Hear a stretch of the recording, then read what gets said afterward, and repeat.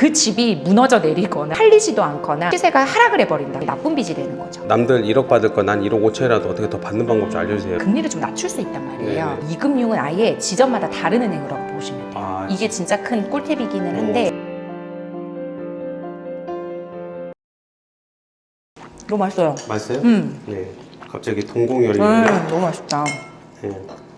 왜 또 이렇게 뵙고 싶었냐면 네. 대표님 같은 분들이 활동을 많이 해주시는 게 정말 저는 가치 있는 일 한다고 생각하거든요. 네. 저도 이제 언더독이잖아요. 아래에서 이렇게 치고 올라왔는데 이런 대출 레버리지가 없었으면 전 여기까지 못 왔단 말이에요. 아, 대기업들도 다 활용하고 그렇죠. 바보처럼 성실하게 내 돈 모아서 집 사고 건물 사고 하면 언제 사요? 내 돈 다 내 자기 자본 다 모아갖고 산 사람이 어디 있어요? 맞아요. 심지어 대기업도 다 그러잖아요. 그러니까 은행들도 사실은 대출로 돈을 벌어요. 그죠? 네. 그러니까 구조적으로 혹시 EBS 자본주의 보셨어요? 그거 보면 거기도 나와요. 은행이 다 대출로 돈을 번다. 은행 자체도. 근데 그게 우리나라에만 국한되는 게 아니라 전 세계적으로. 예를 들어 A 고객이 10억을 가지고 그 10억을 예금하러 오잖아요. 그러면 보통 우리가 생각할 때 이제 고객들 입장에서는 은행에서는 그 10억을 잘 굴려서 나중에 나한테 뭐 한 10억 5천 정도로 돌려주겠지 이렇게 생각하고 맡기는 거잖아요. 그죠.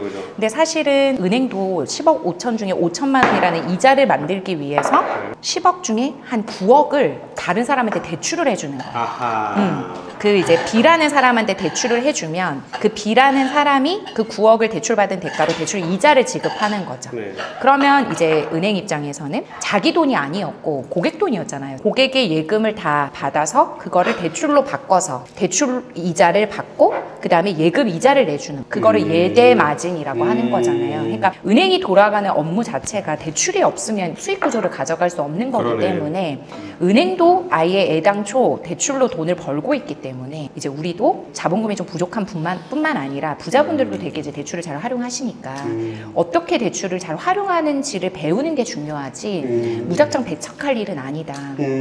그게 우리가 이미 언제 배웠냐면 맨큐의 경제학 아시죠? 우리 대학교 가면은 교양 수업 그때 다 배웠어요. 그거를 신용 창조라는 의미로 해서 배웠어요.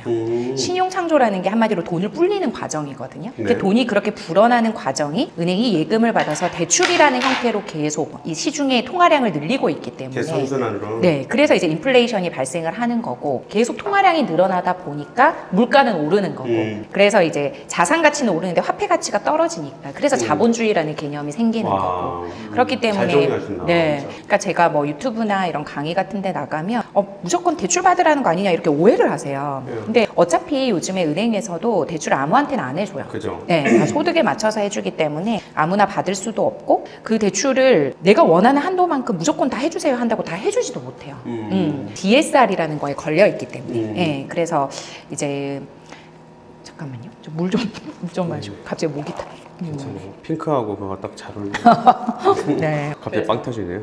아니 근데 조금 먹으면서 할게요. 너무 맛있어가지고 좀 드세요. 점심도 안 드셨나 본데? 먹었는데 먹었는데. 너무 맛있어. 여긴 먹으면서 하는 얘기예요. 짠. 사람들의 대출에 대한 네. 잘못된 오해와 편견이 뭐예요? 그러니까 저는 대출이라는 것과 대출력이라는 건 다른 개념이라고 생각해야 된다고 생각해요. 그러니까 대출은 그냥 돈을 빌리는 거라고 단순히 생각하시고 나쁜 빚인지 이게 좋은 빚인지 모르고 무작정 달려드는 그래, 거면 맞아. 대출력이라고 제가 표현을 하는 건 제가 만든 단어거든요. 특허청 출원 해놨어요. 저만 쓸 수 있는 단어로 대출력? 이제 대출력이라는 단어를 제가 넣어놨는데 여튼 도대체 그건 3호선인가요?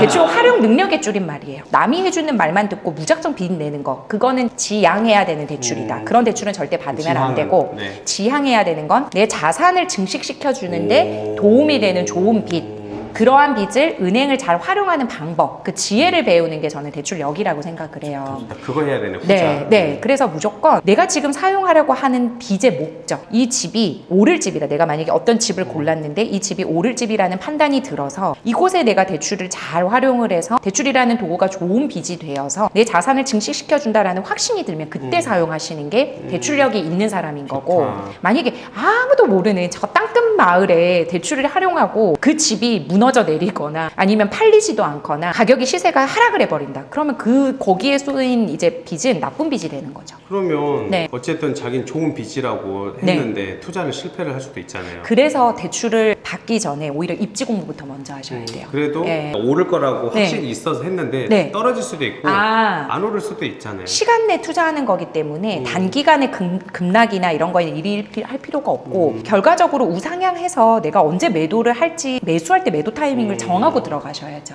향후 내가 2년에서 4년 정도는 지금보다는 몇 천만 원이라도 몇 억이라도 오르겠다. 이제 원리금을 상환하고도 남는 수익이 있겠다 판단이 들면 이제 들어가라는 거죠. 좋아요. 예를 들면 이제 강남 3구에도 오를 집이 있고 그 다음에 용산에도 오를 집이 있고 좀 놔두면 자산 방어는 되겠지만 그렇게 오를 집이 아닌 집도 있는 거잖아요. 거기에 못 들어간다 하더라도 서울 주요 주거 선호 지역이 있으니까 지금 이제 정부에서 말한 풍선 효과를 받는 곳 그런 곳 중에서 대장 아파트 같은 경우에는 지금보다는 조금 상승 여력이 더 많이 있는 거잖아요. 그러니까 그런 아파트들 중심으로 빚을 내면 좋은 빚이 되는 거고 그런 거조차 알지 못하는 분들은 일단은 그래서 그러한 곳이 어딘지를 공부부터 하고 나면 그 입지에서 낮은 평수라도 갈 건지 아니면 입지를 조금이라도 낮춰서 그럼에도 불구하고 좋은 빚으로 활용을 할 건지는 이제 선택의 문제긴 하나 적어도 공부를 하신 분들은 나쁜 빚으로 활용할 가능성은 굉장히 줄어들어요. 이런 레버리지, 그러니까 적은 힘으로 큰 힘을 만들어내려는 레버리지를 활용하려면 공부가 선행을 돼야 된다. 조금 공부하셔야 됩니다. 더더욱. 그래서 제가 아유, 돈 공부를 제가 그래서 네. 제 채널에서 시켜주는 거 아니겠습니까? 나 오늘 최초로 네. 대표님이 은행 직원이 왔거든요. 직원? 과거 은행 직원이 오셨다고. 아, 네. 그래서 네, 전직이니까. 남들 1억 받을 거 난 1억 5천이라도 어떻게 더 받는 방법 좀 알려주세요. 소득을 진짜로 그리고 신용 점수, 신용 거래 이력을 잘 쌓아서 신용 점수를 높이면 당연히 금리가 낮아지니까 한도를 더 많이 가져갈 수 있는 구조가 되기도 하고 입장을 바꿔서 생각해 보시면 될 것 같아요. 누군가가 나한테 와서 돈 빌려 달라고 하는데 내가 너 뭐 믿고 빌려줘? 이럴 수 있잖아요. 그쵸. 그러면 나 돈 좀 잘 벌어 또는 내가 이때까지 해온 게 있는데 이게 그러니까 내가 이때까지 해온 게 있는 데가 신용 거래 내역을 통해서 신용 점수로 말해주는 거고 나 돈 좀 있고 나중에 상환 능력이 있어 이게 이제 DSR이라는 거거든요. 네네네. 그러니까 이제 소득과 신용이 너무너무 중요한 거죠. 예를 들어 오히려 은행이 너무 쉽게 저신용자들한테 대출을 내주고 너무 문턱이 낮아버리는 게 전 오히려 문제라고 생각해요. 어느 정도의 경계선이 있어야 사람들이 열심히 돈도 벌어서 내가 필요할 때 대출을 어렵게 내야 내가 어렵게 빌린 만큼 잘 갚아야지라는 생각이 드는데 나 언제든지 가서 뭐 대출 받지 뭐 안 갚아도 다 상환해주겠지 이렇게 해버리면 오히려 공고한 그 금융 시스템이 무너질 것 같아요. 시스템이 무너졌던 말도 전 사실 상관없고요. 저는 저희들이 대출을 받으러 왔을 때 잘해줬으면 좋을 생각뿐이에요. 그냥 은행원도 사람이기 때문에 좀 한 은행원을 좀 잘 알아두는 것도 굉장히 도움이 돼요.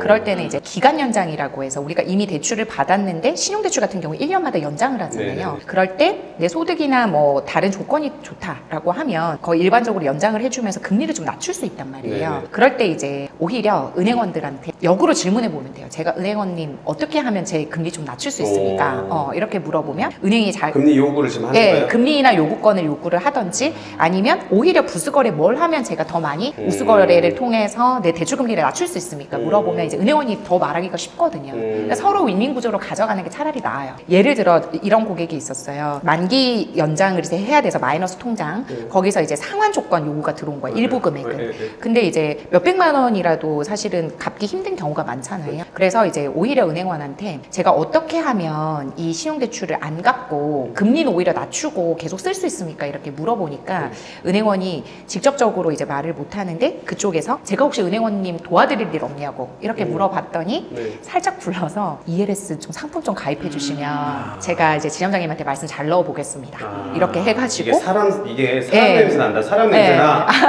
은행원도 다 사람이기 때문에 근데 그러니까요. 이게 또 가능한 게 제가 말씀드린 대로 심사권 처음에 우리가 대출 실행 넣을 때는 굉장히 까다롭게 보거든요. 그죠. 근데 이미 연체 없는 성실 상환을 했다고 생각하는 우량차주인 경우에는 은행 입장에서도 이 사람을 잡고 싶어요. 그래. 잡고 싶은데 위에서 총량 줄이라고 하고 여러 가지 대출 규제가 나오다 보니까 일부 상환 금액을 요구할 수 있단 말이에요. 근데 이렇게 어느 정도 내가 성실하게 한 번도 연체한 적 없이 잘 상환을 하고 이자를 냈다라고는 기록만 있으면 영업점장님이 그냥 통과도 시켜주고 이런 부수거래 통해서 이제 우대 금리 줘서 대출 금리도 낮춰지니까 여러분들이 이제 너무 어렵게만 생각하지 마시고 오히려 은행원에게 내가 부탁할 것들을 오히려 역으로 질문해 보는 것도 꿀팁이 될 것 같아요. 사람들이 착각을 하는데 네. 만약 국민은행에 한번 거절을 했어. 네. 그럼 또 다른 국민은행에 안 되는 줄 알아. 맞아요. 그 얘기도 좀 해주세요. 크게는 1금융권, 2금융권, 3금융권으로 나눠지는데 1금융권이 우리가 흔히 아는 시중은행이에요. 6대 은행이라고 하죠. 인터넷은행도 1금융권 은행이고 그다음에 지방은행 이러한 것들도 그다음에 외국계 은행 이런 것도 다 1금융권 은행이에요. 근데 은행 내부적으로도 지점장님 성향에 따라서 이 지점은 해줬는데 저 그러니까. 지점에선 안 해줘. 그러니까, 이럴 수 있거든요. 그러니까. 예, 지점의 성향에 따라서도 달라질 수 있는 부분이기 때문에 꼭 한 군데만 가보지 마시고 같은 은행이라도 지점을 좀 달리해서 그러니까. 예, 좀 해보시는 게 좋아요. 브랜드가 똑같아도 지점장님 역량에 따라 다 다르다. 그건 이제 1금융이고 2금융은 아예 지점마다 다른 은행이라고 보시면 돼요. 아, 이게 진짜 큰 꿀팁이기는 한데 좋다, 좋아. 예를 들어 보험사, 카드사, 새마을금고, 농협신협 뭐 네. 이런 것들 있죠. 그런 이제 은행들이 농협 1금융 아니에요? 아니 그건 농협은행. 농협은행. 단위 농협은 2금융권. 단위 농협? 예, 아, 예. 이것도 몰랐을걸? 그러니까- 농협도 달라. 달라요. 그러니까 같은 농협이라도 땡땡 은행으로 끝나면 1금융권이라고 네. 보시면 되고 농협 이렇게 딱 끝나잖아요. 네. 그러면 그냥 2금융권이에요. 그러면 어떻게 달라지냐면 각 은행별로 지점별로 사업자 번호랑 법인 번호가 다 달라요.